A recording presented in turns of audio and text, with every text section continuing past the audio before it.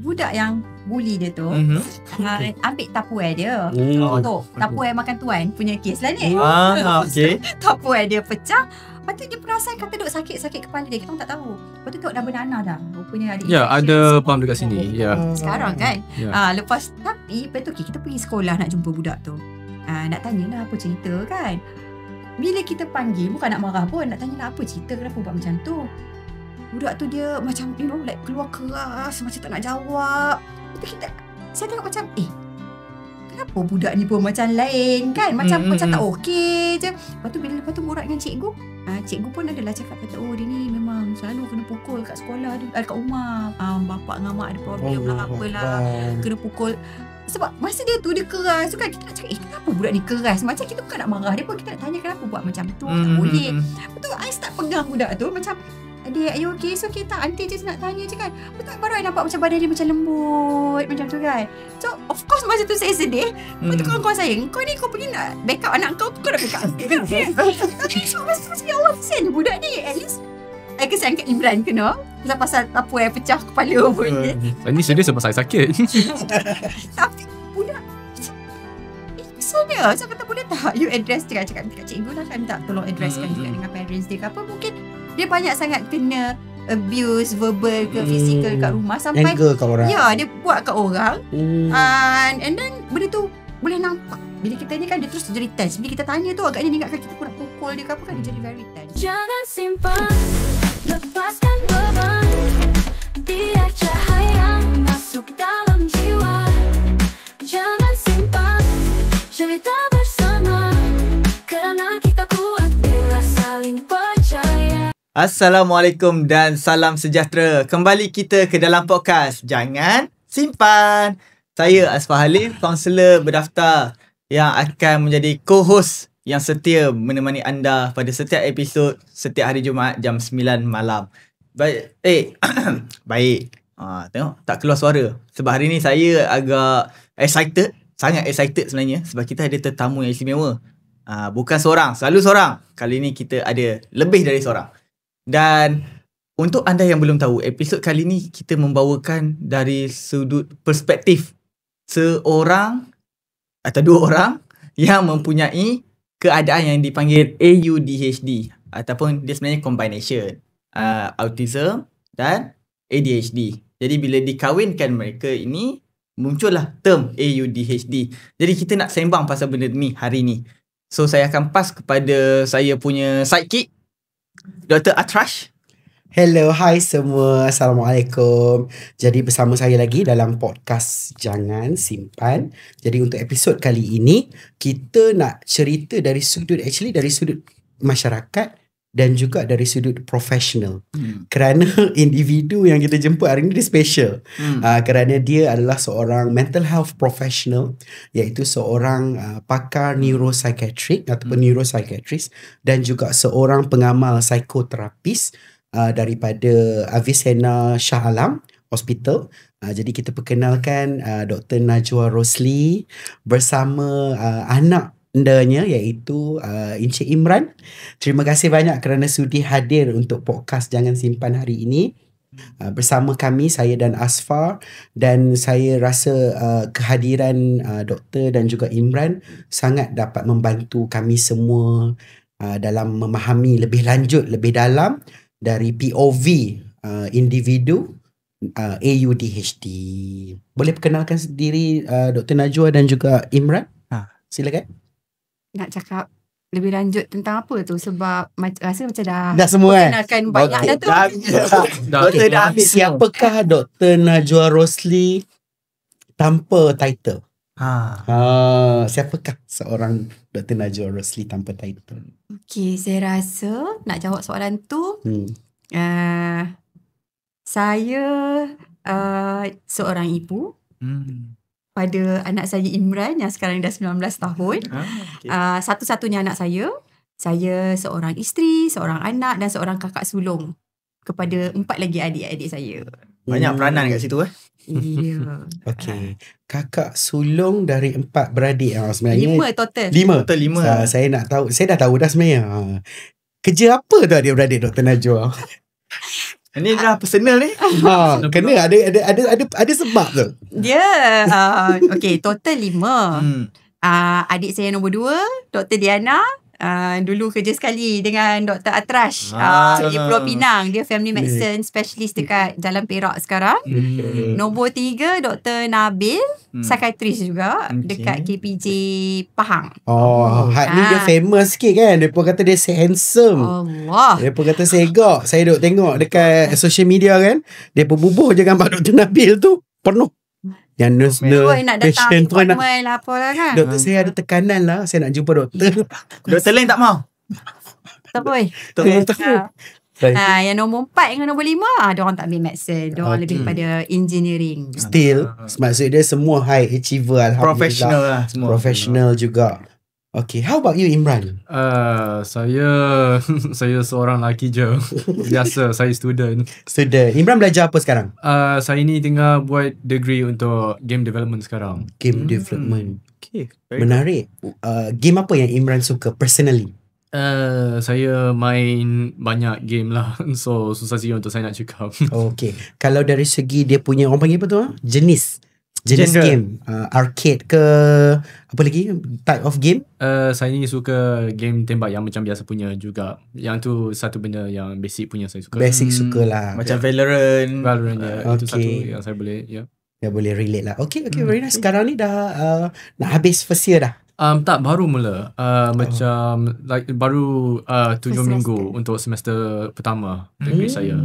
Okay. How is it?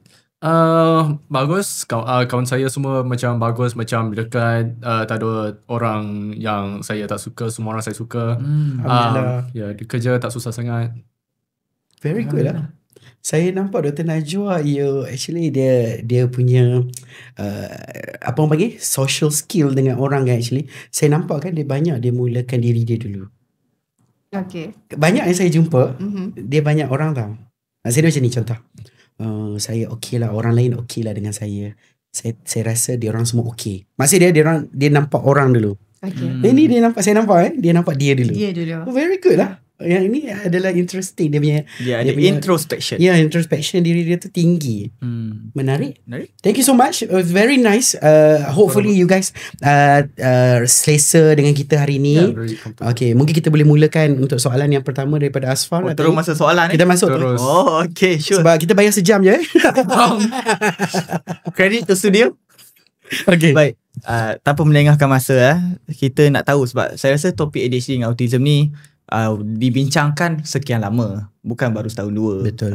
Dah, saya rasa waktu saya belajar sebelum COVID lagi, topik ni dah naik dah. Dah dibincangkan di social media. Jadi soalan asas lah, sejak bila Dr. Najwa didiagnose mempunyai atau mengalami ADHD dan autism tu? Okay. Saya sendiri Hmm. terfikir untuk mengesahkan diagnosis tu sebab Okay. suspicion tu dah lama lah. Kan? Suspicion tu dah lama.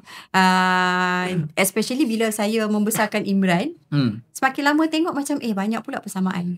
Lepas tu banyak-banyak benda, saya sentiasa rasa even daripada sekolah rendah pun saya ni jenis yang macam outlier, outcast sikit, susah nak join the main group tu. So memang rasa out of place tu sentiasa. So sampai 3 tahun lepas saya decided okay, why not kita betul-betul confirm kan. Sebelum tu pun saya dah tapau ubat Imran sebiji. Banyak kali. Banyak kali. Banyak sekali baru-baru ni. Yalah. Dia sebiji tapi banyak kali berbiji-biji lah.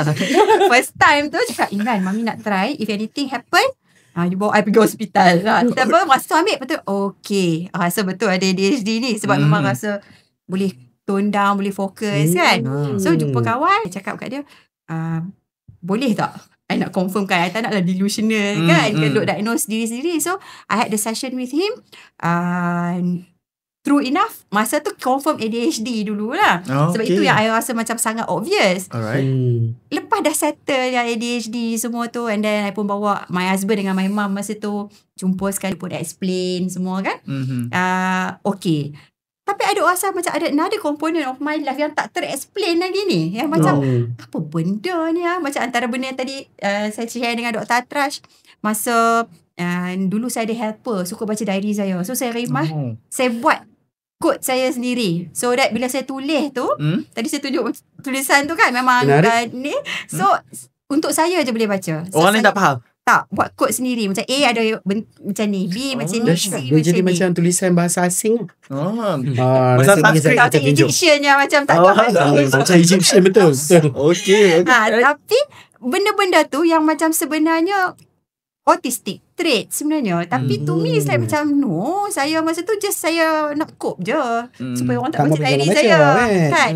And then banyak lagi benda-benda lain yang saya rigid, macam masa kat sekolah looking back, kalau asrama kan, dalam ada 6 cubicle shower, 6 cubicle toilet, saya akan guna yang sama je. Saya takkan tukar.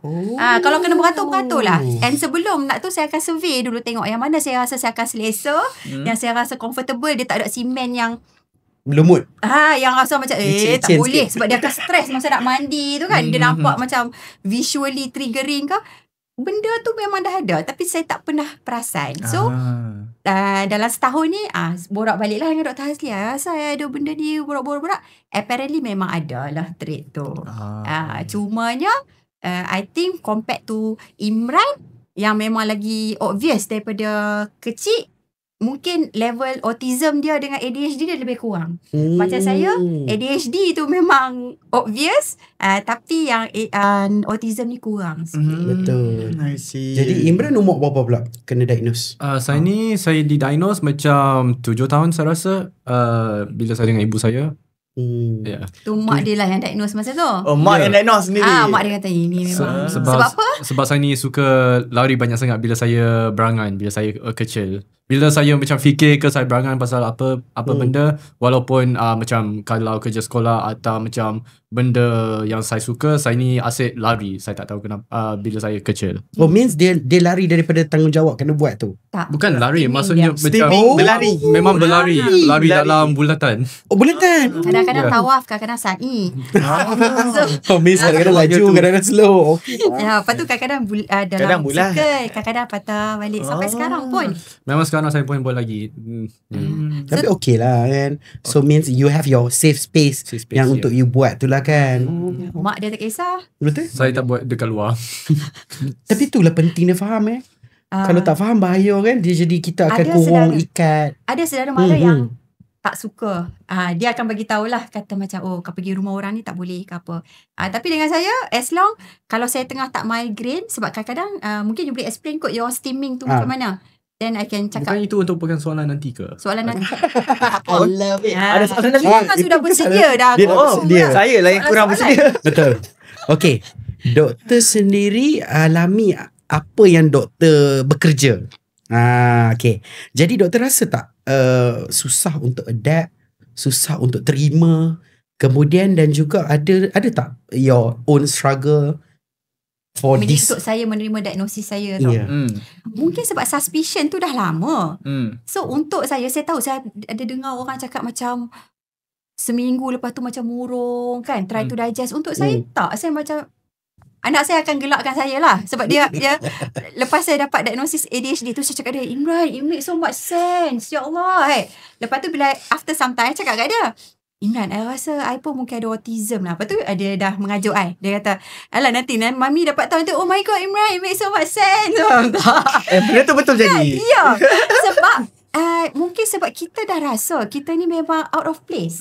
Memang saya ni jenis Lone Ranger, buat hal Not sendiri. belong to any group. MRSM kan, orang lain pi prep, macam contohnya balik kelas semua pi makan. Saya tak. Saya akan kalau nak makan pergi cepat-cepat tengok makan apa, okey ke tak. Kalau makanan yang macam ikan kan memang tak boleh nak makan, okey. Terus pergi settlekan urusan saya, apa-apa yang nak buat. Lepas tu bila orang nak pergi riadah, saya pergi study. Lagi orang nak pergi pagi, orang nak pergi siap nak mandi kan, saya dah mandi siap-siap. Waktu tu saya pergi Dewan Selera dulu. So bila saya dah habis, saya naik atas, orang baru nak turun makan. So saya always like macam tak nak ikut sebab overwhelming ramai orang. Tapi masa tu saya tak nampak benda tu as overwhelming. Saya rasa macam nak beratur, nak ambil makanan semua tu kan macam daripada beratur tak payahlah makan. Macam tu. So masa tu bila benda tu kita dah kita tahu benda-benda ni semua. Cuma kita tak tahu itu adalah ADHD dan autism. So bila dapat diagnosis tu dia macam it makes sense. So now macam mana saya nak faham benda ni lebih dan jadikan ini kekuatan untuk saya move on lah. Sebab masa saya diagnose pun saya dah jadi neuropsychiatrist dah. Untuk orang macam, then kenapa you nak kena dapat diagnosis? Kenapa you nak kena ambil Concerta? Because it works, it help. Kalau saya tak ambil Concerta pun boleh je, selama ni dah kerja 43 tahun sebelum ni kan. Tapi bila ambil, my focus better, my mood regulation better. Saya tak ada lah nak rasa mental fatigue tengah-tengah hari tu, boleh sambung kerja sampai petang, pukul 6 ada patient pun boleh tahan lagi. Kau tak nak macam awak lah dia datang sekarang kan, awak lah dia tak datang esok kan. Penat. So benda-benda tu saya nampak is a macam untuk dapat diagnosis and get the treatment tu really membantu saya. Pagi pun tak lemau. Kalau tak, saya ni so not a morning person. Nak start kerja tu, ya Allah macam lemau sangat. Kalau patient datang lambat kan, memang benda saya dah tahu dah. Saya akan duduk macam ngantuk. Tapi after getting diagnosed, dah start treatment, Alhamdulillah. Pagi, patient datang lambat pun, I dah boleh buat benda-benda yang I nak kena buat. So, untuk saya, getting diagnosed tu is a blessing that it helps me a lot. Improve your lifestyle, your daily routine a lot. Definitely. And then bila husband pun faham kan, kalau tak dia pun dulu macam, lah awak asyik lebam-lebam ni, awak basuh pinggan boleh pecah cawan semua kan. Tapi bila dia dah faham, dia kata bini dia memang macam ni. Dia dah tahu dah. So kalau apa-apa pun Alhamdulillah. Memang saya bawa suami dan mak saya untuk jumpa my psychiatrist. So that dia orang pun kalau ada soalan boleh tanya ke apa kan. Kalau Imran, how your struggle waktu sekolah sampai you sekolah, adakah sekolah kebangsaan dulu? Saya darjah 1 sekolah kebangsaan. Okay. Tapi sebab bahasa Melayu, mak dia nak kena translate buku teks tu, mak dia pun tak sempat. Lepas tu kena bully. So beberapa kali tukar sekolah. Sampai I think darjah 4, darjah 5. Darjah 4. Kan darjah 4 kan. UIA buka dia orang punya international school dekat Kuantan. Staff dapat discount. So masuk international school, then Alhamdulillah after that is better lah. So bully tu memang apa lagi struggle? Untuk macam ADHD saya. Both. Both boleh. Okay, memang saya ada satu je masalah untuk saya punya struggle saya, ialah bila saya tengah study atau buat kerja, saya ni boleh senang distract kalau ada benda yang saya suka lagi banyak, dengan adalah susah untuk fokus juga. So macam satu benda atau satu example ialah bila saya tengah buat kerja tapi tiba-tiba saya rasa macam banyak creativity dalam saya punya macam otak. Saya ni tiba-tiba saya pergi berjalan atau saya pergi berlari macam saya cakap tadi yang saya lepas tu saya ni punya kerja dekat saya punya meja je, tengah duduk situ je. Siap. Lepas tu benda lain kalau dalam kelas saya boleh je fokus, tapi lain kali macam saya tengah cuba dengar tapi saya rasa saya punya fikiran dekat tempat lain, atau saya tiba-tiba rasa tidur sebab saya tak boleh fokus bagus sangat dengan kelas tu. Okay, very interesting, but you did it you saya still able to cope walaupun adalah bully tu yang kita nampak tu. Itulah kita punya mentality Saya tak kata Malaysian. Saya rasa all human being kat mana negara pun sama je. They cannot accept difference. They cannot celebrate the difference. They always want to ask why. Bila ask why, they don't accept the reason. They just make fun. And also outcast. For me the most challenging, macam Dr. Najwa cerita tadi, yang saya nampak outcast Saya sendiri bila saya flashback balik dengan saya cerita Dr. Najwa kan, rupa-rupanya ramai kawan-kawan aku yang macam ni, yang aku pernah tengok, yang aku rasa, sorry kalau bahasa saya kasar, tak apa. rasa pelik. Tetapi rupanya bila saya flashback balik kan, sebenarnya pelik itu mungkin mereka struggle kan, kita tak tahu, mak bapak dia orang tak tahu. Sedih pula saya rasa, saya teringat. Saya boleh sebut nama orang-orang tu yang saya ingat. Saya minta maaf kalau saya rasa anda pelik dulu. Sebab saya rasa daripada tadika, sekolah menengah, sekolah rendah, semua tu saya jumpa. Ada along the way yang macam Imran, yang mungkin ringan sikit daripada Imran, yang mungkin kita nampak dia macam tak reti nak buat joke, tak reti nak adapt. Rupa-rupanya bukan dia tu orang yang panggil apa, kera sumbang no. Saya ada baca Dr. Najwa sebut tulis pasal kera Kera sumbang, sumbang tu. kera sembang. No, ADHD ni dia bukan kera sumbang ke autism ke, bukan kera sumbang. Dia because dia cannot adapt tu. Dia tak susah, dia ambil masa. Dia kena comfort dulu macam Dr. Najwa cerita.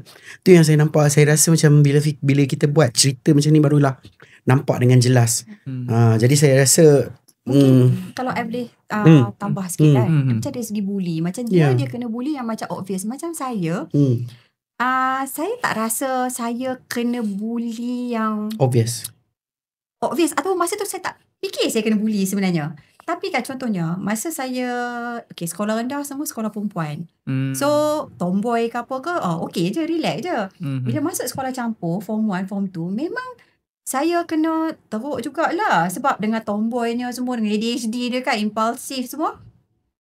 Bagi salam kat ustazah tak jawab. Budak-budak lelaki nanti lalu sebelah kita, satu yang tomboy tu satu, tiba-tiba bosia macam kok mana pula tomboy ni tadi bosia kan. So macam the verbal abuse tu kadang-kadang macam kenapa sebab kita lain. Tapi baru-baru ni kan macam I ada buat yang file mahkamah punya session. Yes. Lepas tu kawan yang sekolah form 1, form 2 tu share dekat grup. Lepas tu saya buat lawak kat diorang. Korang ni mesti korang ingatkan kalau dulu lah boleh flashback, masuk file mahkamah ni mesti aku yang jadi mangsa tu. Orang yang kena tu kan, yang jenayah tu kan. Mesti tak sangka aku yang bagi pendapat. Lepas tu diorang duk gelak-gelak lah kat situ kan. Tapi that's how I was. I rasa memang lain dan memang kena bully dari segi macam tu. Verbal. Jadi bila I start pakai tudung form 3 kan, orang macam, oh bye pakai tudung. I dulu nama I see I by Zura, so orang panggil I by. So nama, your nama is by Zura. JPNP hilangkan, tak buat alias, tu jadi Najwa. So tu pun satu hal jugalah. Lepas tu bila I kerja pun, I rasa kalau I akan cakap pasal kerja ni, I rasa sedih sebab apparently macam mana orang yang kita percaya, orang yang kita adore, tapi mungkinlah dia tak nampak ni sebenarnya ADHD ke autism ke. Tapi macam, baik, kenapa you macam ni? Kenapa you tak cakap banyak? You kenalah cakap banyak. You kena bersosial. It's not normal macam ni. So kita rasa macam, oh, I'm not normal. Oh, baik, kenapa you tak masak? Kita kena masak. Sebab itulah nanti anak akan ingat air tangan kita. So, I rasa macam I'm not a good mom. Because I memang tak masak. Sebab tu macam bila tadi I ada ceritakan macam like I was a divorcee and then I kahwin. Memang antara syarat utama I cakap suami I tak boleh paksa I masak. Sebab I tahu that my weakness. Kata I malas ke apa ke, which ADHD memang selalu dikaitkan dengan malas. It just that I memang tak boleh nak masak. Kalau nak kata malas, then I won't be working. I ada career. I'm very like, yelah, try nak network and everything kan. Sebab dopamine I kat situ.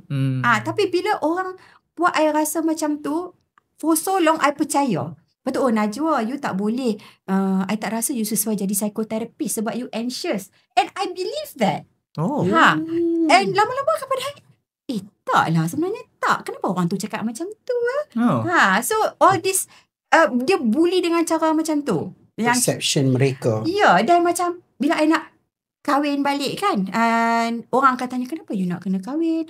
Kenapa? Sebab duit ke?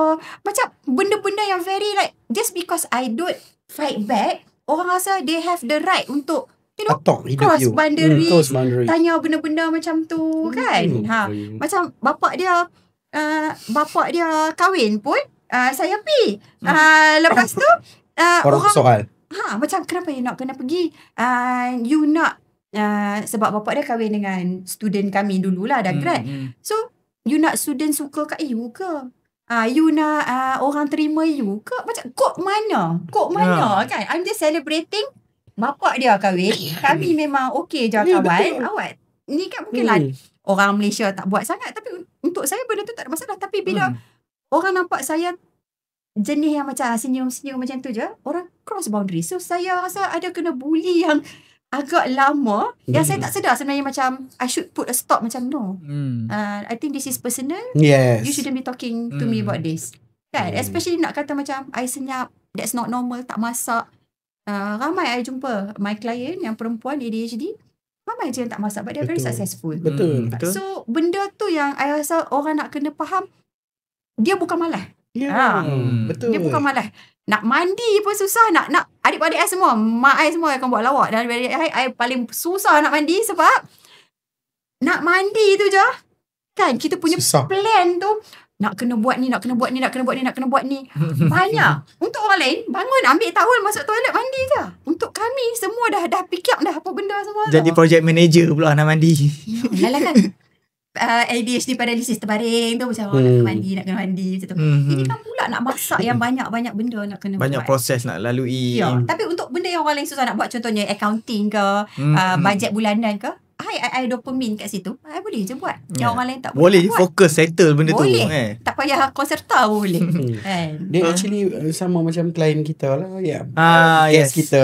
The previous Guest kita one. episod sebelum ni sama. Sebiji je tengah jual cerita. Nak pergi mandi susah. Apa lagi tadi? Masak. Susah. Masak. Orang kata Kemar malah. Kemar Orang rumah. kemar rumah. Dia family sendiri pun kata kat dia Saya alhamdulillah family saya memahami. faham. Alhamdulillah. Ada orang yang tak faham. Saya sampai ada kawan sebelum saya diagnose dengan ADHD dengan autism ni, saya ada best friend yang macam, weh, aku tak boleh nak kempas aku punya library ni. Tak apa-apa, kau free bila? Okay, nanti aku datang. Datang tidur rumah saya satu malam. Duduk, saya temankan dia, saya belanja dia makan, dia tolong buatkan. Bila saya cakap kat dia, kau tahu tak aku ada ADHD semua? Oh, it makes so much sense. Macam tu lah. Orang yang betul-betul kenal, dia orang Dia tahu. setuju. Dia tahu memang kenapa lah kawan aku ni tak boleh buat, tapi dia terima saya seadanya. That's Itu very good. penting dah kan. Yeah. I think we are blessed because family kita very supportive. Very good, very good. So Ya, kalau continue. kalau kita tengok ni saya masuk ke topik sikit lah autism dengan ADHD ni dua-dua ada D kat ujung, which is disorder lah kan. However, ada few figures atau gambar yang saya pernah nampak, pernah baca juga. Dia kata macam mental health condition, contohlah anxiety apa semua tu, dia ibarat kalau kita gambar tu dia macam bawang lah, lapisan-lapisan bawang. Kat luar tu dia adalah depression, dia ada mental health yang lain. ADHD, autism ni dia duduk dekat lapisan yang dalam-dalam ni. Kira paling ke dalam. Susah nak dia tu. nampak, Susah nak nampak. tak jelas. Dia mungkin kata ini simptom ni kot, simptom ni kot. Dan kajian tu cakap kan dia macam ADHD tu luar pada autism. Lebih jelas berbanding autism. Terbalik. Autism lebih luar berbanding ADHD. Lebih luar, betul. Okay. Maknanya autism tu lagi Jelas. Okay, I guess ikut severity juga kot. Betul. Saya setuju. Spektrum, ikut Spektrum dia. My mom semalam baru tanya kat I, autism kot mana? Bukan perempuan kan ada autism lagi teruk ke? Kata memang in general itu yang kita faham sama ni. Tapi I've been masking. Kan? So that's why tak nampak sangat. Yelah, tapi macam what you said just now kan, about being disordered ni kan. Kita semakin lama semakin faham benda tu. Masa I buat training jadi psychiatrist dulu, kita banyak fokus ADHD dengan autism ni untuk child and adolescent. Betul. Setuju? Kita tak cakap sangat pasal Betul. adult. Kan? Tapi sekarang rupanya ramai orang yang tak terdiagnose sebenarnya dah lama ada. And then bila I dapat diagnosis pun, my doctor tanya, you rasa kalau among your parents because it's genetic kan? Siapa? Tahu dah. Rasanya boleh tahu dah. Kan, suspicious tu ada. Suspicion tu dah ada dah. Sebab benda tu genetic. So nak kata benda ni disorder, that is how benda tu being classified currently. Sebab tu dia spektrum, ada yang teruk, ada yang tak teruk. Kan? And sama juga tadi kita ada cakap sikit pasal disorder. So sekarang ni my client punya struggle yang susah nak terima diagnosis ni, kenapa kena ada under OKU? Kenapa under JKM? Kenapa learning disabilities, neurodivergent ni dia bukan benda lain? Sebab patient saya yang agak rigid dari segi autism kan, dia kata, doktor saya lari sehari 5 kilometer, kok mana saya cacat kan? Lepas tu nenek dia pun menangis masa dapat diagnosis, ingat macam nak kena masuk kalau Olimpik, Paralimpik macam tu kan. Tu kata no, it's a different thing. Tapi cara dia faham ialah sejenis kecacatan. Ya. Saya OKU. Saya kenapa saya di label macam ni? Saya tak. So dia sendiri tak boleh nak terima. Kan? And of course lah family dia pun, kalau mak dengan ayah dia cerita, kadang-kadang tu kita duk gelak juga. Sebab contohnya bila dia start tantrum kan, dia dah umur 20 lebih, sekarang dia meltdown. Tantrum lah. Nenek dia dah buka Quran, baca Yasin. Sebab nenek dia tak tahu nak cope macam mana kan. So macam dia pun dah rasa macam kenapa salah ke apa kan. Tapi dia very rigid. So bila dia meltdown tu, kadang-kadang orang pun tak tahu nak cope macam mana kan. So memang ada struggle kat situ. So kata disorder ke tak, as for now, that is the standard diagnosis. Masih dalam DSM-5? Ya, tapi at the end of it, you know. Even though ada diagnosis pun, ramai je orang, kalau mild and moderate, boleh je pursue. Is that macam mana kita nak support? Betul. Ni, I tadi pagi, dua klien I, perempuan, dua-dua autism dengan ADHD. Seorang tengah buat intern bahagian farmasi, seorang buat intern bahagian teaching. So macam bila I cakap, okay, I kata apa struggle you? Nak pergi ward tu, dia attach kat ward, dia rasa macam anxious sebab nak pergi cakap dengan patient semua kan. Kita bila banyak empathy, kita fikir kesian patient tu dah lah kena admit, kita pula nak pergi tanya-tanya dia kan, kelab banyak-banyak. Which was my struggle masa medical student dulu.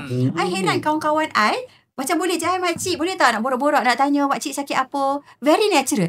I ni macam duduk susun ayat macam mana supaya satu the rejection sensitivity tu lah. Nanti makcik tu kata saya tak nak cakap dengan awak medical student, dah sedih pula nanti kan. I had that struggle. So tadi I cakap kat dia, okay, why not? Bila buat ward round, you follow doktor buat ward round. Bila dah lepas tu, you tu cakap kat makcik tu, makcik nanti saya datang balik ya. Sebab makcik tu dah nampak dia dalam group tu. Betul. So you dah shortcut dah kat situ. Betul. Kata doktor, kenapa orang tak pernah cerita benda-benda ni kat saya? Kata, dah orang lain tak tahu itu struggle kita. I can understand because that was my struggle. Your So bila dia cakap, I went through it, so I know tak shortcut tu. So dia kata, ya betul doktor. Okay, I think I know. So dia kata, waktu walk around tu identify which patients semua kan. So that will reduce your anxiety. So benda-benda tu yang saya rasa, yes, it is a disorder, tapi how kita nak bantu diorang ni untuk thrive. Betul. It's very good.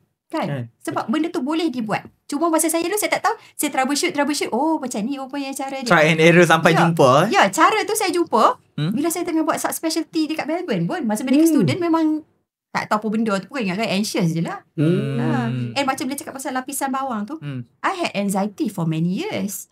Anxiety yang tak didiagnose tu dengan panic attack semua, saya rasa I started after SPM. Dah ada sikit. Paling teruk masa I tengah buat master, 6 bulan I extend, I ambil medical leave. Masa tu memang teruk. Tapi masa tu it's more like panic attack. Start lymph node je 0.5 cm. Dia dah fikir dah ni nak mati ke apa, cancer ke apa kan. Overwhelmed sangat. Padahal masa tu memang dah ada banyak stress underlying yang tak perasan. Macam dia tak dapat diagnosis lagi masa tu, duk query ni autism ke, ADHD ke, marital problem, study nak kena pass semua kan. Banyak benda terpendam. Ya, betul. Lymph node, Tuhan bagi lymph node 0.5 cm je. Habis ranak defense mechanism semua. And then after that I perasan, I duk treat orang anxiety. Awak orang anxiety boleh sihat, I tak sihat. Apparently itulah, it's the ADHD punya yang dysregulation, semua-semua benda tu. Bila dah faham, macam patutlah aku tak baik-baik, patient aku boleh baik. Rupanya it's a different condition, kan? That was my experience lah. It started with anxiety. All start with anxiety Memang kebanyakan kalau dulu waktu saya jadi autism therapist pun, most of the ASD punya student yang autism ni ada anxiety.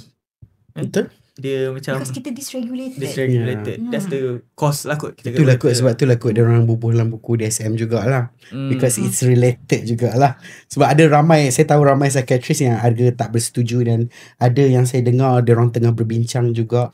Keluarkan. Tak heran kalau lepas DSM-5 ni kan akan ada lagi changes from time to time. The more kita faham very good lah kan tu, the changes tu akan ada. Betul. Sebab kepahaman tu lebih baguslah. We need to adapt to the changes kena lah. adapt lah. Okay Imran, you know it's genetic. Yeah, it's genetic means you cannot change. Yeah, of course. So ada tak you feel upset, you feel unhappy because why me? Kenapa aku yang kena this diagnosis? Well, I actually think I told saya tu Melayu. Tak apa. It's okay. Saya to keluar karakter. Saya rasa saya pernah bagi tahu ibu saya, tapi saya ni bukan sedih. Kalau saya boleh cakap, saya ni adalah gembira sikit juga, sebab satu benda saya ingat saya cakap. So pertama ialah bila saya kecil, saya ni suka tengok macam American punya sitcom punya show. So satu punya show tu ada karakter yang ada autism. So bila ibu saya bagi tahu saya ada autism, dia ni saya ingat dia terus nangis lepas tu peluk saya sebab dia ingat saya akan sedih. Tapi saya ni macam saya macam karakter kegemaran saya dari saya punya sitcom yang saya Sitcom suka apa tengok Big Bang Theory. Okay. Ya. Siapa nama mamat tu? Sheldon. Sheldon, ya. Okay. Dia sangat relate dengan Sheldon. Oh, Dan dia sangat ya. marah dengan Penny selalu. Okay, and then? Ya, bila saya kerja saya tengok. So because you rasa related dengan that character, so you tak rasa sedih? Ya, dengan macam saya ni macam sebab saya autism dan ADHD, saya fikir macam lain dari orang lain, tapi macam saya boleh buat benda sama yang orang lain boleh buat juga. So saya ni rasa macam lagi special lah juga kalau macam tu, sebab saya punya autism dan ADHD bukan buat saya punya macam hidupan saya susah sangat pun untuk macam experience sendiri saya. So ya. Sebab apa yang mami saya cakap pasal bully tadi ialah saya lupa saya tadi nak cakap benda pasal tu, tapi bulian saya ni memang bukan verbal sangat macam yang ibu saya punya, sebab saya punya bukan pasal saya memang confident bukan ADHD dengan autism kenapa saya kena bully, tapi memang saya ni macam kecil lah dengan saya tak makan sangat dengan sebab benda yang saya sedih, sebab memanglah kalau bully yang kena pukul dengan apatah semua orang akan sedih kalau dia kena bully macam tu. Tapi kalau verbal saya adalah kena sikit, tapi bukan sebab saya autism atau ADHD, tapi saya ni memang tak dikesan dengan verbal punya bullying sangat. So yang physical punya tu je yang sakit bila saya kecil. Oh, fizikal lah banyak. Ya, tapi kalau yang verbal saya ni memang macam immune lah untuk yang tu punya. Dr. Najwa rasa apa waktu dia kena bully yang Dr. Najwa tahu tu? Itu pun interesting juga. Sebab budak yang bully dia tu ambil Tupperware dia. Untuk Tupperware makan tuan punya kes lah ni. Okay. Tupperware dia pecah. Lepas tu dia perasan kata duk sakit kepala dia. Kita pun tak tahu. Lepas tu tengok dah bernanah dah. Rupanya ada Ya, infection. ada pam dekat sini. Ya. Sekarang kan. Ya. Lepas lepas tu kita pergi sekolah nak jumpa budak tu. Nak tanyalah apa cerita kan. Bila kita panggil bukan nak marah pun, nak tanyalah apa cerita, kenapa buat macam tu. Budak tu dia macam like keluar keras, macam tak nak jawab. Lepas tu saya tengok macam kenapa budak ni pun macam lain kan, macam tak okey je. Lepas tu borak dengan cikgu. Cikgu pun adalah cakap kata dia ni memang selalu kena pukul kat sekolah, kat rumah. Bapak dengan mak ada problem lah apalah, kena pukul. Sebab masa dia tu dia keras tu kan, kita nak cakap kenapa budak ni keras. Macam kita bukan nak marah dia pun, kita nak tanya kenapa buat macam tu. Tak boleh. Lepas tu I start pegang budak tu macam, adik, are you okay? So okay tak? Aunty just nak tanya je kan. Betul baru I nampak macam badan dia macam lembut macam tu kan. So of course masa tu saya sedih. Lepas tu kawan-kawan saya, kau pergi nak backup anak kau nak backup. Tapi masa ya Allah, kesian je budak ni. At least I kesian kat Imran kena pasal Tupperware pecah kepala pun. Saya ni sedih sebab saya sakit. Tapi budak macam kesian dia. So kata boleh tak you address, cakap dekat cikgu lah kan, minta tolong addresskan juga dengan parents dia ke apa. Mungkin dia banyak sangat kena abuse verbal ke physical kat rumah sampai anger kat orang. Ya, dia buat kat orang. And then benda tu boleh nampak. Bila kita ni kan dia terus jadi tense. Bila kita tanya tu agaknya dia ingatkan kita pun nak pukul dia ke apa kan, dia jadi very tense. Dia ingat macam kat rumah, trauma kat rumah. Fight, flight, freeze. Dia freeze lah. So masa tu memang interesting punya observation lah masa tu. Dia relax je macam okay je, dia nak kawan dengan saya macam okay lah kan. Itulah empati hebat lah. I rasa susah lah nak jumpa mother yang macam tu zaman sekarang. Kalau anak dia kena touch yang macam apa, yang marah cakap kan, you touch you go. Yang ni mak dia kata you touch you go. Sebab mungkin I nampak kot budak tu dia punya keras tu macam like this is not normal. Why are you reacting this way? I just nak cakap je kan. Hebat lah. Dia bukan kerah yang reluctant, dia kerah yang macam you know I can imagine that. You betul bila kita pegang dia kan, tiba-tiba dia boleh cari relax. Baru dia lega sikit. Sebab mungkin dia keep it, dia takut juga kan. Baru dia start boleh cakap macam marah. Dia kenapa buat kan? Marah. Jawab pendek macam tu je lah kan. Tapi at least sebenarnya benda tu pun kita dah lega. Kita dah tahu yang dia buat anak kita memang pasal dia marah. Kita macam Dr. Najwa cakap, bukan aku nak marah apa, aku nak tahu kenapa. Kalau anak aku buat salah, aku bolehlah bagi tahu kat dia supaya jangan buat macam tu kan. Zaman sekarang tak macam tu Dr. Najwa. Zaman sekarang dia orang pergi serang, tak nak tahu reason apa-apa, kira just nak backup anak je. Dia assume anak dia terus betul. Kan? Mhm. Alah, jadi bukan Assume you salah. No, mana ada saya cakap tu pula. tak. Tapi actually itulah bila kita tengok benda tu, jangan tengok satu reason je, kita tengok dia dulu. Macam-macam hari tu kami ada guest, kita panggil child psychologist. Dia cakap benda yang sama. Dia kata macam Dr. Najwa cakap. Dia kata actually pembuli ni, dia kesian dekat pembuli. Dr. Najwa, Dr. Aisyah tu cakap, dia kesian dekat pembuli sebab pembuli tu actually dia pun ada melalui dia punya episod yang teruk tu yang teruk buatkan dia jadi diri dia jadi tu. macam tu. So macam bila Dr. Najwa nak cerita, baru saya relate yang benda yang lebih jelas. Jadi sebab itulah instead of kita fokus kepada pembuli, kita fokus orang yang dibuli tu, kita bantu support dia, family dia. Pembuli tu kita buat intervention yang lain lah, yang bukan tugas kita sebagai netizen lah kan. Sebab yang tu tugas terapis. Yeah. Yeah, very good Kalau ikutkan itu memang diperlukan. Ya, diperlukan Intervention sangat, yang diperlukan. berasingan. Lain pihak kena mainkan peranan lah juga kan. Tak boleh harapkan sekolah semata-mata tak. So dah sebut pasal masyarakat sekali kan. Macam mana kalau dalam bahasa mudah kita nak bagi masyarakat ni jelas, faham ADHD ni apa, autism ni apa, dalam bahasa yang mudah lah. Sebab diorang Kadang-kadang tak faham. diorang tak faham.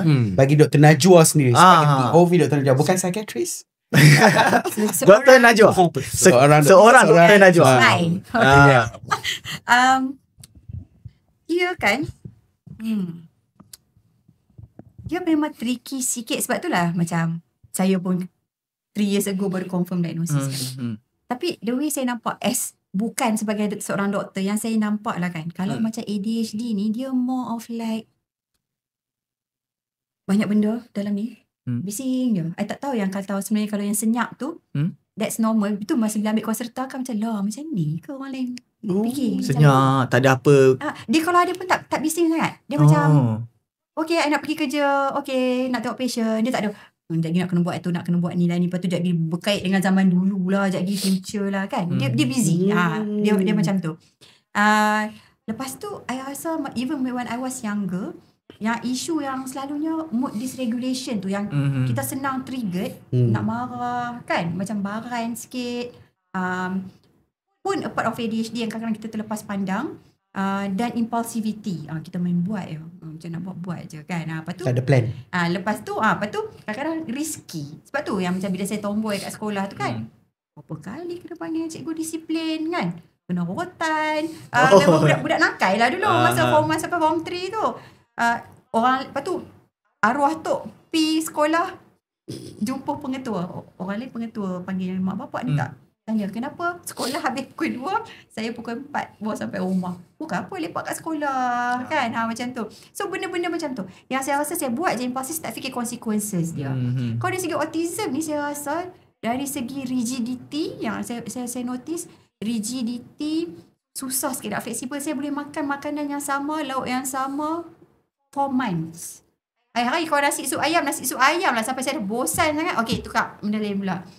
Macam that rigidity tu yang rasa kadang-kadang You macam susah nak adapt dengan menu baru tu lah. Dia ambil masa. Dia macam saya comfortable. Comfortable. Sama macam baju. Husband kan macam ni t-shirt ni kan, okay, minggu lepas saya pakai t-shirt lain. Husband boleh tak tukar t-shirt lain? Bukan apa, sebab saya comfortable. Dia kata punya banyak baju dalam almari, kenapa duk pakai t-shirt 2-3 ni? Tak, dia is I comfortable. I kerja psychiatrist, tak payah pakai scrub pun. Tapi kenapa I pergi pakai scrub? I tak payah fikir nak pakai baju kurung apa. I ada 3 scrub, 3 different colours. Okay, tukar.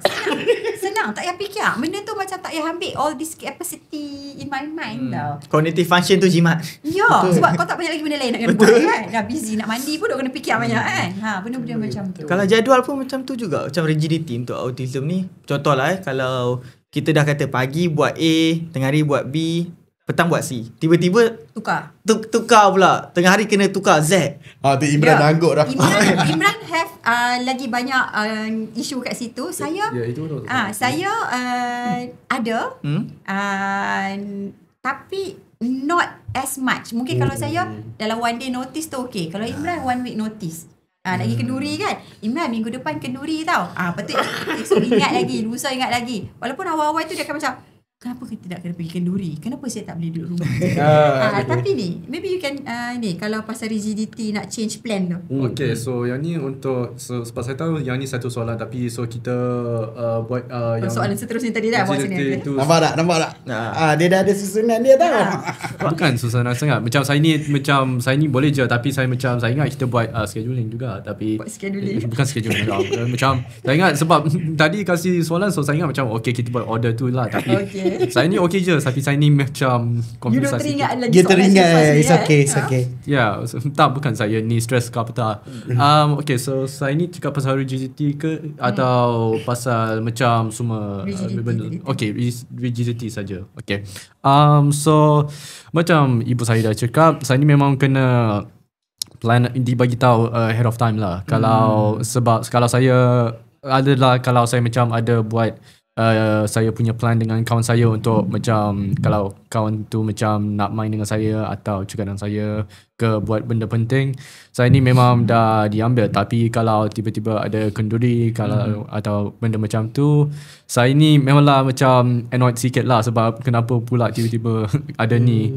Tapi ibu saya ni memang tahu kalau dia kasih saya macam benda untuk dapat, kalau saya pergi memang saya ni lagi senang untuk convince. Sebab kalau kenduri memang satu benda pertama dia akan bagi tahu saya ialah ada makanan. So kalau macam tu saya macam okay, saya boleh je. Okay, lepas ni kita pergi makan. Okay. Ni, Saya ni podcast ni pun, are you going to pay me? Oh. boy, Dia cepat tak tanya. That was supposed to be a transition later, but okay. So, Kiranya dia tak tanya tau, organizer ke akan bayar ke tak. Dia tanya, Mami, are you going to pay me? Yang ni. Oh, sebab sebelum ni dia ni patutnya payment untuk jadi personal assistant dia, tapi lepas tu dia ni jadi sick pula, so kita tak jadi. Tapi actually kan, Imran actually you show me how good to be a disciplined person. Sebenarnya saya suka your rigidity tu in term of script ni, soalan ni. Bagus itu sebab apa dah, you remind me of my question juga. So actually betul lah macam Dr. Najwa. Bagi saya kan, kalau dia pair dengan kita yang bekerja professional ni, dia sangat bagus lah. Dia dapat organize kita juga dalam masa yang sama. Kita tak ikut flow. So kadang-kadang kita Yeah. fleksibel kat situ. Tapi dia akan ingat, ini soalan seterusnya kenapa sekarang. So dia ada benda yang dia tahu macam Sebab ada benda yang tertinggal. soalan yang pasal rigidity tu macam soalan dua yang paling terakhir punya. Betul.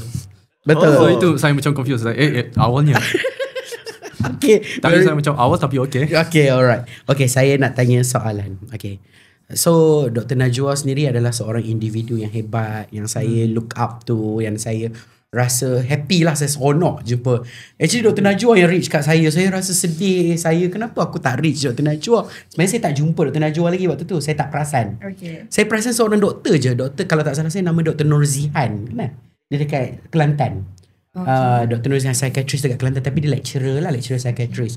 So bila Dr. Najwa reach out, saya rasa sangat seorang psychiatrist yang tegur aku. Sebenarnya saya cakap jujur Dr. Najwa, saya jarang masuk live orang. Kenapa tahu? Saya penat. Saya hanya buat live saya tu, Asfar kadang-kadang saya masuk pun saya like 10 kali. Lepas tu dah dah belah. lepas tu dia hilang. Seperti hilang. Sebab bukan saya tak suka tau, penat kot. Kita macam penat lah tengok social media ni. Macam Dr. Najwa kata kan, Dr. Najwa sometimes tak ada masa dengan social media. Saya rasa saya macam tu. Jadi thank you so much Dr. Najwa, reach out and kita boleh buat connection. Saya boleh belajar banyak dan saya pun berharap dapat belajar lebih banyak.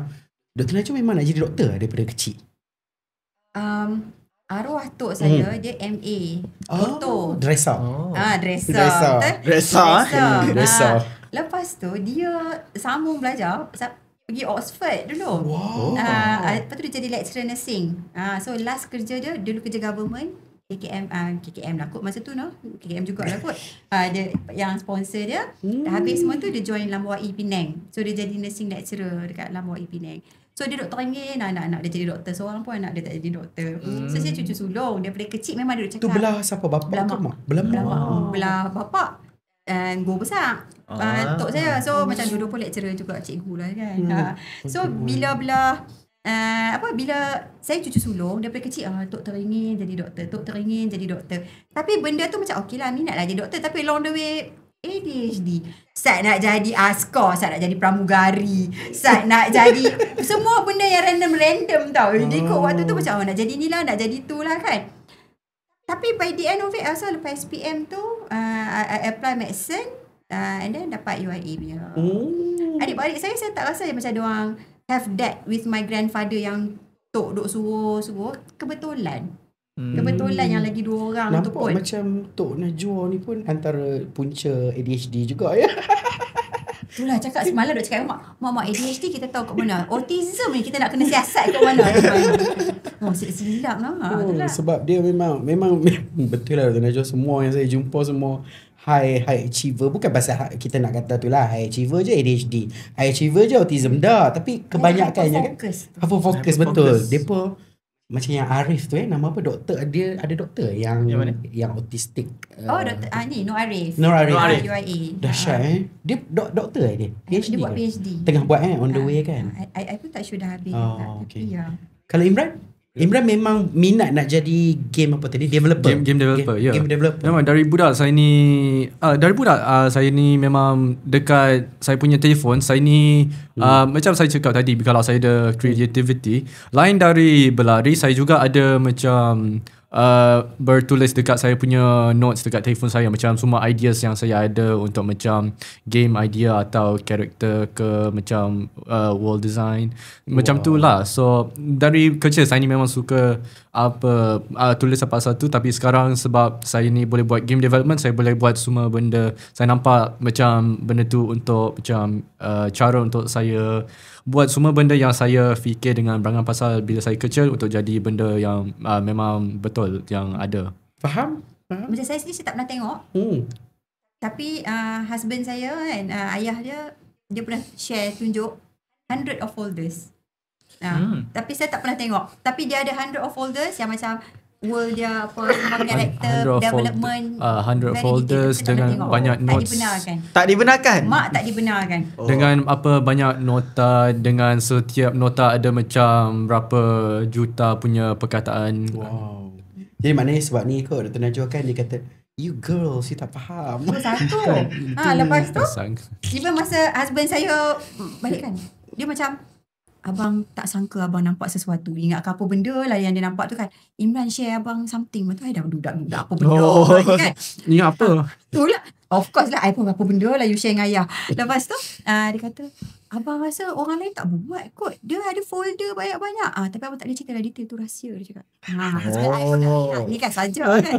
Tapi Imran pernah tunjuk and dia kata memang banyak folders. Very good lah. So hopefully kan mana tahu one day you boleh buat game yang untuk autistic and ADHD kan. Very good yang development. Mungkin sekarang ni ada Roblox saya tengok hari tu dia orang buat yang autistic punya version.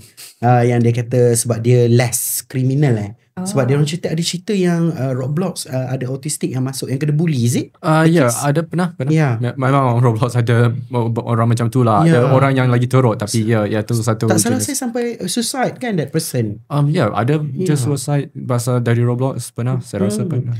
So dia orang buat, ada seorang ni dia buat untuk autistic. Anak dia pass away. Dia buat game yang Roblox tu side untuk autistic. Saya rasa betul lah. Sometimes bukannya kita nak asingkan semata-mata untuk discrimination ke apa, tapi sometimes perlu because orang yang tak faham dia orang bully lah, tend to bully. Dalam game pun boleh bully. Ini dahsyat. Thank you. Very very impressive.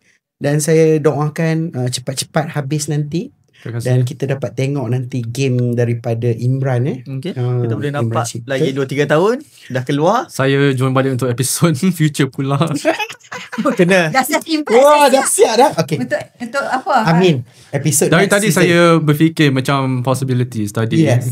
Kalau macam kalau saya bagus ke tak, nanti masa lah ada benda saya boleh share lah untuk podcast ni lah. Regardless where mana saya pergi. Oh, very good lah. Dr. Najwa dia ni lah dia I think dia comfortable with this situation. Alhamdulillah. Saya sebenarnya macam Dr. Najwa cakap lah, nanti saya nak tanya anak saya dulu. Sebab saya respect dia punya. Boleh saya cakap. Pasal tu benda pertama yang saya cakap bila ibu saya tiba-tiba bagi tahu saya pasal podcast, satu ialah memanglah pasal bila sebab planning saya. Tapi kedua ialah saya cakap macam siapa orang ni sebab saya ni nak tahulah kalau orang bagus ke jahat ke, kalau trusted punya. Lepas tu bila dia bagi tahu apa junior MO saya punya aunty, saya terus macam okay kan, macam tu bolehlah trust pula. Terus Saya join lah. dulu ni MO bonda dia panggil dia, Dr. Diana bonda. Tahu, okay lah, kau tak, I think I need to investigate them first. Bagilah link. Anyway lah kalau orang tak bagus ke. Tak, betul tak? Your cara air gelak tu, because I'm impressed. Very good. Betul lah. Cakap je MO bonda. Dengan benda ni saya ni cakap dengan apa, saya ni fikir bila saya tengah main game dengan saya tengah berlari. So biasa saya tak buat pun benda serius macam tu, tapi tiba-tiba saya macam serius lah sikit lah untuk benda tu. Lepas tu and I pun tahu macam contohnya kan, macam I need hugs every day. So kalau macam balik je, I takkan terus hug dia because dia ada boundaries dia yang dia pun tak ni. So I akan macam Imran, I nak hug. Kalau dia tengah tak boleh masa tu, later I'll come and give you hug. Macam tu. Kalau tak macam okay hug. So memang akan minta kebenaran. So bila you tanya pasal podcast ni, I tak tahu dia ready nak open up ke tak, sebab I tak tahu the consequences for dia.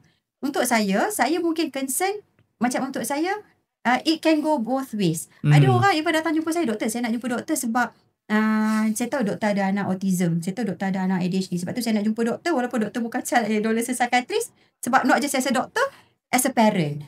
Tapi kadang-kadang orang mungkin akan nampak macam doktor pun autism, ADHD, macam mana? It can go both ways. Tapi untuk saya rasa macam I'm okay to discuss about it, sebab saya rasa kalau klien saya tak ada kekuatan nak open up because of stigma, I ni dah lalang je ni tak kisah.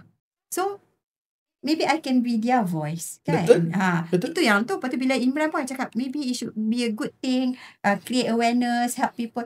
Dia kan kalau kawan-kawan dia ada masalah, dia very empathetic. Dia boleh ni, ni I rasa kawan I nak kena jumpa you. Lepas tu ada free consultation kat rumah. Dia bawa kawan dia. Mantap. Tapi dia akan aware. And then dia akan bagi tahu, I think kawan I macam ni. Boleh saya tambah satu benda? Saya rasa satu benda yang memang besar untuk tahu pasal saya ni memang saya ni memang carefree sikit lah sebab saya ni nak clarify nanti, tapi saya buat just sekarang.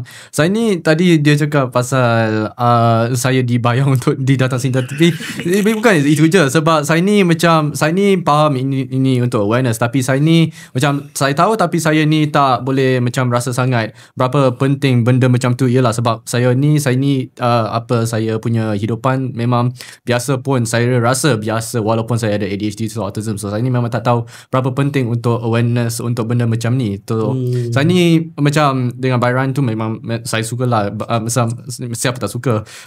Lepas tu supaya saya boleh convince saya cara lain lah, sebab untuk macam datang sini supaya saya ni, sebab kalau saya buat ni sebab saya memanglah macam saya cakap, saya ni trust untuk datang ke benda ni sebab dia bagi tahu saya. Dengan benda lain dari lain tu ialah kalau saya buat benda, saya tak nak macam datang sini macam saya lepas tu saya tak nak dekat sini. Give all out. Saya nak macam lah, kalau saya dekat podcast saya bukan nak jadi boring atau saya ni nak macam macam nak contribute. Saya nak contribute lah, sebab kenapa saya sini kalau saya tak buat benda pun. Betul. Untuk Imran dengan lagi satu benda sebab macam saya cakap, saya ni memang carefree sebab apa ibu saya cakap ialah saya ni memang macam tu lah. Tapi saya ingat satu benda, saya cakap story, tak apa saya tak cakap nama. Satu kawan saya boleh cakap kan? Satu kawan saya dia keluar ke saya, dia ni macam gay dengan benda lain. Lepas tu dia terus nangis peluk saya. Lepas tu saya ni pula macam itu je ke, saya ingat benda yang memang penting. Sebab saya ni macam, saya ingat macam dia bunuh orang ke apa tak, tapi dia macam dia gay. Okay. The world needs more people like you. Dia orang sangat tak judgemental. Yes. Kawan-kawan dia, even kawan-kawan dia pun, I rasa macam okay lah, anak I autism, ADHD. I kawan-kawan dia, untuk I okay kawan-kawan. Bila uncle I dengan my brother Dr. Nabil datang rumah and then jumpa kawan-kawan dia, semua dia orang cakap kan, perasan tak kawan-kawan ni pun macam dia.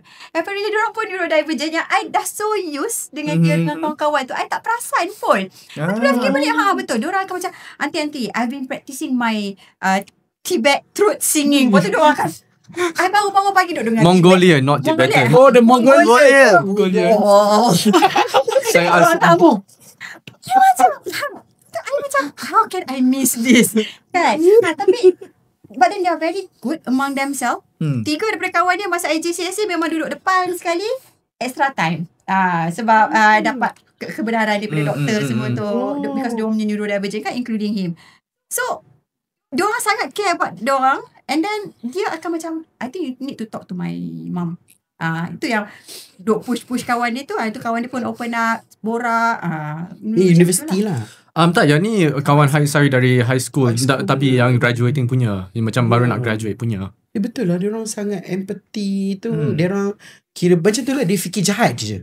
Maksud dia kalau orang tu datang kat dia akan fikir benda buruk tu adalah benda jahat. Saya fikir yang pasal teruk punya. Ya, dia teruk. So basically orang tu kalau cerita dia gay ke, lesbian ke, dia tu ada masalah apa panggil? Masalah apa? Lain-lain yang bukan kriminal tu, dia rasa okey je. Susah kan dia jumpa orang macam ni. Okay, untuk apa cakap apa saya dibagi tahu kawan saya, lepas tu dia terus macam agree, setuju dengan saya ialah kalau dia gay, saya ni tak nampak apa benda lain dari dia, dari apa dia suka. Itu je yang saya nampak, macam saya ni macam okay, dia suka lelaki bukan perempuan. Itu je. Lepas tu benda lain macam tak disentuh. Kan, untuk apa saya dia still baik, dia still treat you well kan. Dia still the same person. Bagus lah. Fakta itu tidak mengubah dia pun. Maksud dia tak ada fikir benda buruk lah, tak buruk sangka. Oh, jadi bagus lah. Jadi maksud dia, this is the barrier of us, of you, untuk tidak menambahkan dosa. Jadi kita ni kena ada apa yang Imran ada untuk mengelakkan kita dosa. Tambah kita doktor kan, Dr. Najwa, kita selalu judge orang kan. Memang kami terpaksa, our job scope memang kena judge orang. Bukan judge tu maksud dia, dia datang-datang macam tu analyzing kan. Tak adalah. Bukanlah. Tapi dia dalam tu, backside tu ada. Ya, kita mungkin dia jadi macam ni pasal ni ada. Tapi kita tak adalah cakap kat dia kan. Pakcik ni darah manis. Differential kat dalam tu kan. Okay. So mungkin soalan terakhir daripada saya adalah I think go to the ni lah apa harapan Dr. Najwa dengan Imran for Malaysian tentang autism and ADHD punya penerimaan di Malaysia ni sendirilah. Kalau macam untuk saya sendirilah kan, dia pun macam minggu lepas pun saya talk dekat National Counselling and Psychotherapy Conference pasal neurodivergent in workplace kan. Kita kena nampak yang ADHD dengan autism ni ada strength dia. Weakness, yes, sebab dia mungkin rigid ke apa, tapi kadang-kadang itu pun menjadi strength. Jadi kalau kita boleh utilize, macam I myself tu, I cakap kat Atras kan, I ADHD, I mungkin ada banyak idea nak brainstorm ke apa, tapi untuk I nak execute, I need someone to like help me to like, you know, like okay. Kalau tak memang problem, tapi I know I have something to offer dari segi benda lain.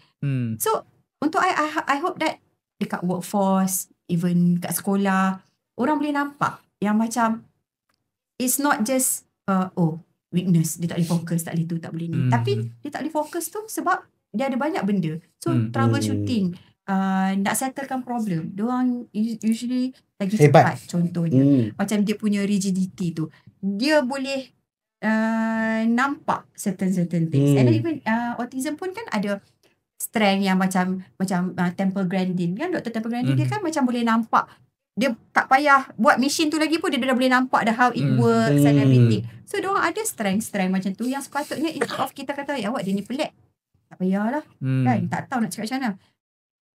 Try to talk to them, see their strength kan. I think kena ada awareness dan yang lebih, dan juga how to handle. I rasa banyak company sekarang, Petronas semua diorang ada class untuk neurodivergent punya ni. Penerimaan. Ya. Tapi itulah company-company high ni pun antara stressor banyak orang divergent yang lari juga jumpa kita. Betul. Ada juga. They are trying in certain ways, but ada benda lain. I think work in progress. Work in progress. Kan? Hopefully macam Dr. Najwa cakap lah, bagi semua company yang big company MNC, tolonglah if you guys ada your company is very high stressful, highly competitive punya company, please look after your staff lah, your workers. Sebab apa, ramai yang mengalami struggle, sometimes they are neurodivergent yang perlu dapatkan bantuan. Because jangan kita nampak orang luar, kita lupa orang kat rumah kita sendiri tu. Okay, Imran pula punya harapan. I'm sorry, we skip around 3 question because we don't have time. No, I don't mind. I was literally thinking, saya ni fikir pasal macam 1 jam tapi macam 10 soalan pula. Lepas tu kita ni memang memang banyak macam tu. So saya macam okay, saya ni nampak boleh jadi macam tu. Betul. Harapan saya macam saya ni memang saya simple sikit, ialah saya ni ingin dengan harap semua orang boleh treatkan orang yang ada ADHD atau autism macam orang biasa. Sebab walaupun kita ada habit yang macam yang boleh pelik sikit dengan kita fikir dengan kita cara kita dapat macam jawapan untuk soalan-soalan lain boleh macam kompleks atau memang lain sikit dari macam cara biasa. Kita ni masih macam orang biasa juga macam orang lain. Betul. Betul. So you nak orang semua boleh menerima, layan seperti orang biasa, tak perlu bagi special treatment. Sebab special treatment tu orang rasa macam itu macam dia tengah buat nice ke, dia tengah macam jadi orang bagus, tapi dia rasa dia buat macam lagi alienated punya. Betul. Tu. Betul. Macam kalau nak special treatment, kasih kita treatment untuk treatment yang awak kasih orang lain. Kasih duit. Dia nak duit. Kalau awak ni tengah kerja, kasihlah duit sama macam orang lain lah. Kami doa lah Imran cepat kaya nanti, banyak duit nanti, game developer, mana tahu kan. Dia ada reason kenapa dia nak kena kaya. Kenapa dia nak kena kaya? Rasa untuk kaya saya ialah lain dari untuk supaya saya boleh buat game saya lah yang saya nak. Tapi yang tu yang paling kecil punya reason saya ialah satu, untuk macam tolong keluarga saya, macam ibu saya bila dia tua, tolong kawan saya juga. Sebab saya ni memang semua kawan saya ni saya rasa yang saya dekat dengan ialah dia rasa macam keluarga di saya. Dia rasa macam saya punya keluarga dengan adik-beradik saya. Lepas tu saya ni nak duit supaya saya boleh kasih macam ke charity atau macam donation ke orphanage ke apa tahu dengan tu lah. Dan untuk mami, you nak bagi duit tu sebab apa? Saya dah bagi. Sebab orang tua apa? Untuk caretaker. Caretaker. You are very long vision punya orang. I cakap dengan dia, nanti ada tua-tua, I nak duduk high end punya nursing home, Beverly Hills. Dia pergi cakap kat terapis dia nak kena kerja kuat sebab nak kena hantar mami pergi high end nursing home. Dia kata baguslah, I tak duit kat dia. Betul. I ingat kan pakai duit I, dia nak pakai duit dia. Alhamdulillah. I have few place if you want suggestion. Tak apalah, kita buat lah. Kita buat. Per month 50,000. 50. Cukup lah. Dia macam yuran belajar international Swimming pool pun kita bagi. Okay. Jadi terima kasih banyak kepada Dr. Najwa, Imran. I'm so happy. Kami sangat berbesar hati because this is the only episode yang kita ada 2 guest. Dan saya sebenarnya memang seronok sebab apa tahu, lagi satu dia relatable, satu lagi mak anak, satu lagi kadang-kadang kita tengok kan, yang best dia, what you guys show us is actually one a lesser spectrum, one is a bit higher spectrum. Kita boleh nampak the spectrum here. Kan selalunya kita nampak kan macam dia sama ada too extreme ke, too kurang ke. Yang ni nampak dua-dua yang boleh control. And you can see, I think macam bila dia more yang autism rigid tu, strength dia macam mana. Betul. Kalau macam untuk saya, apa yang boleh diguna pakai. Betul. Dan saya rasa memang casual yang ni. Sebab biasa bila saya nampak podcast apa, memang dia rasa macam formal sikit lah. Tapi yang ni macam casual, macam orang diri sendiri dengan benda macam tu lah. You puji sebab you nak kena panggil balik kan? Thank you so much. Dia ni nak buat reputation saya nampak terus pula. Tak lah, Imran jangan risau. Bila you ada intention macam tu, saya memang sangat happy dan berbesar hati. Jadi untuk yang mana yang berminat untuk sponsor kita punya podcast Jangan Simpan, kita boleh berterusan sampai Imran grad 4 tahun lagi, 3 tahun lagi. 3 tahun lagi. 3 tahun lagi nak dekat grad, nanti kita panggil Imran lagi. Season 9. Season 9. Season 9 InsyaAllah. Jangan, Saya tahu. Lagi dia kira betul season 9. Mami bila Dr. Traj dengan Kak panggil Projection dia season 9 lah. Amin. Kita doa. Amin. Amin. Okay, kita jumpa lagi dalam episod akan datang. Terima kasih kepada guest kita Imran dan juga Dr. Najwa. Thank you very Dan much. juga Asfar selaku co-host saya. Jadi kita nak ajar sikit. We have a gesture. Ini adalah actually bahasa isyarat. Okay. Masuk isyarat. Jangan. Okay. Lepas tu macam ni. Boleh buat peace. Peace. Tak jari. Okay. Pusing. Okay. Simpan. Simpan. Yang Is akan that jadi okay? macam tu. Jangan. Simpan. Simpan. Yes. Ini bahasa isyarat lah. Alright. Okay, kita mula. 1, 2, 3. Okay. Jangan Simpan. simpan. Bye-bye. Bye-bye. See ya.